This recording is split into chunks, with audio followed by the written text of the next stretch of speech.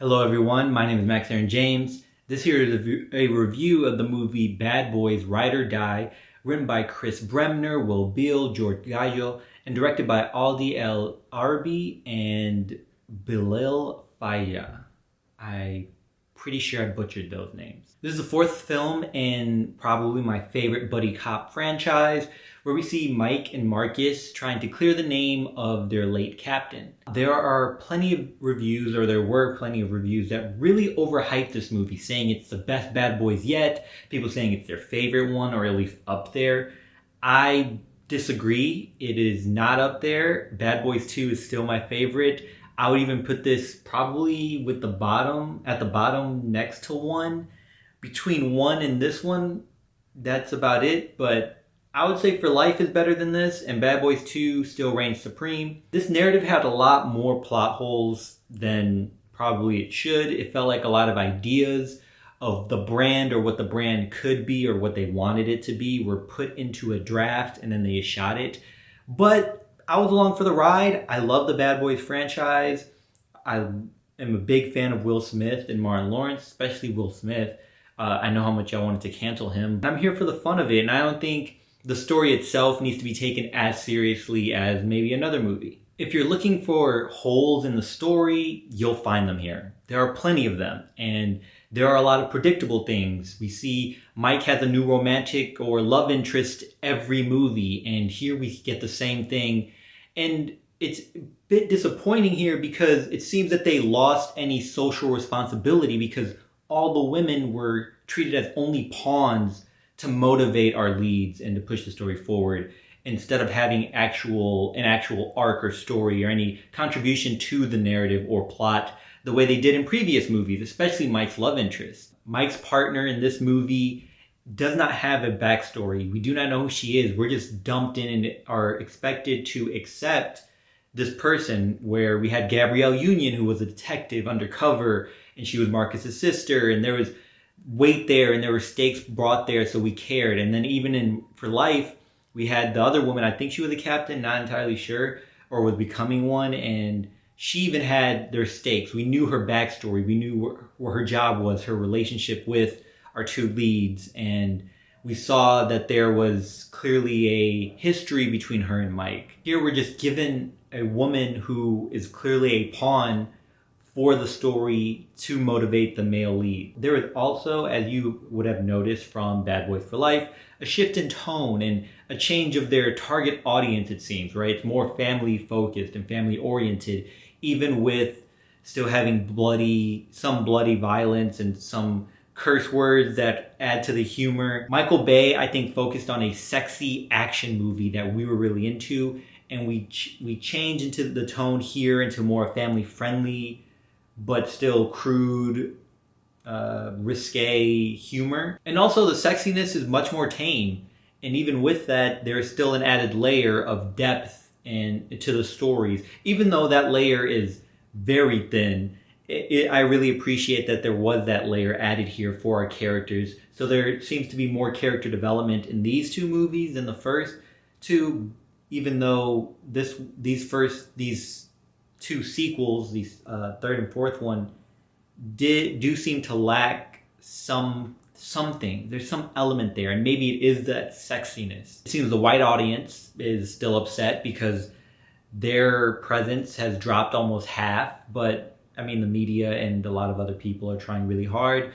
But who really cares about what Rob Schneider has to say? If Ryan Reynolds walked on stage and slapped for his wife, Blake Lively, y'all would have been applauding him. So I really don't care what y'all think about that slap. Martin Lawrence got a lot more moments in this movie than in previous ones. He really had jokes that hit. I feel like he improvised the ones that were funny, but the ones that weren't improvised, actually a lot of the jokes in this movie did not land. There were a lot of bad ones. A lot of them fell flat, and when we did have the few that were strong, they were really strong. And again, Martin Lawrence was able to deliver on that, and he was given a moment to shine action-wise, but it was not believable. It was when they were on the plane, that scene, or it's not a plane, I'm not sure what it's called, but that whole scene felt very Fast and Furious. Will Smith continues to play the badass with much more tamed sexiness, which I do not understand.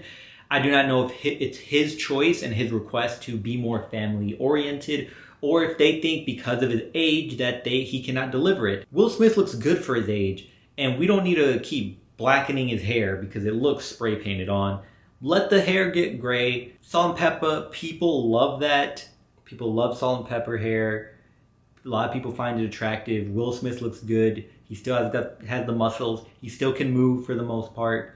Just let him continue being the sexy guy. I mean, don't try to tame it or tame it down. I think because of that, I think that's one of the elements that was taken away from Bad Boys and Bad Boys 2, and along with the sex appeal of the world that they're in, and being cops in Miami, where it's sex and drugs and gangs. There are a couple added characters here that we are expected to care about, which I did not. They're just thrown on us, and we're just thrown in deep, including the love interest. And as far as their relationship seems to have gone, we're just supposed to be like, okay, I care about these people now.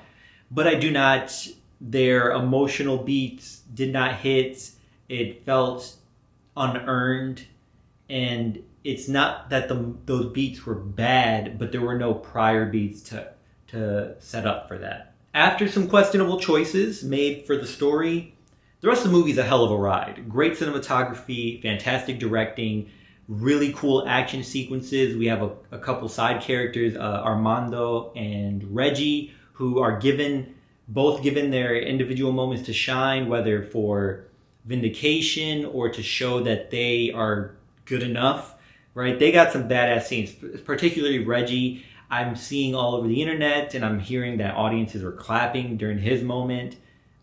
It was good. It was good, and it was pretty cool. I liked it. Armando had a moment of vindication, and it was cool. I think it was too abrupt. I don't think they gave him enough, but it was good. The franchise always does well at raising the stakes or presenting the stakes, even though here some of it wasn't earned. It does really good at being suspenseful, even if some people are not going to die for the sake of the franchise and continuing this franchise, but it still feels intense, and it still has that suspense and tension, and you still feel some level of stakes, and they were able to raise them as they go along with each movie. This is a $1 billion franchise now with only 4 movies, and it's going to only continue making more money. This reminded me, halfway through the movie, I was thinking that Will Smith is probably the biggest action star now. I mean, he was in the 2000s as well, but there's no one, I think, after him that's been able to match his impact and influence as far as bringing people to the theaters, filling up seats and audiences. Him and Tom Cruise are the biggest action stars easily, and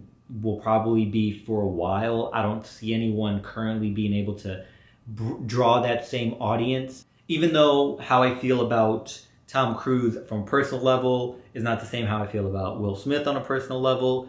But man, Tom Cruise, Top Gun Maverick is a fantastic movie. I don't care. This movie, Bad Boys Ride or Die, is some of the most fun I've had this year. Until next time, y'all take care of each other. Check up on one another. Make sure you check up on yourself. And remember, potential has no limit.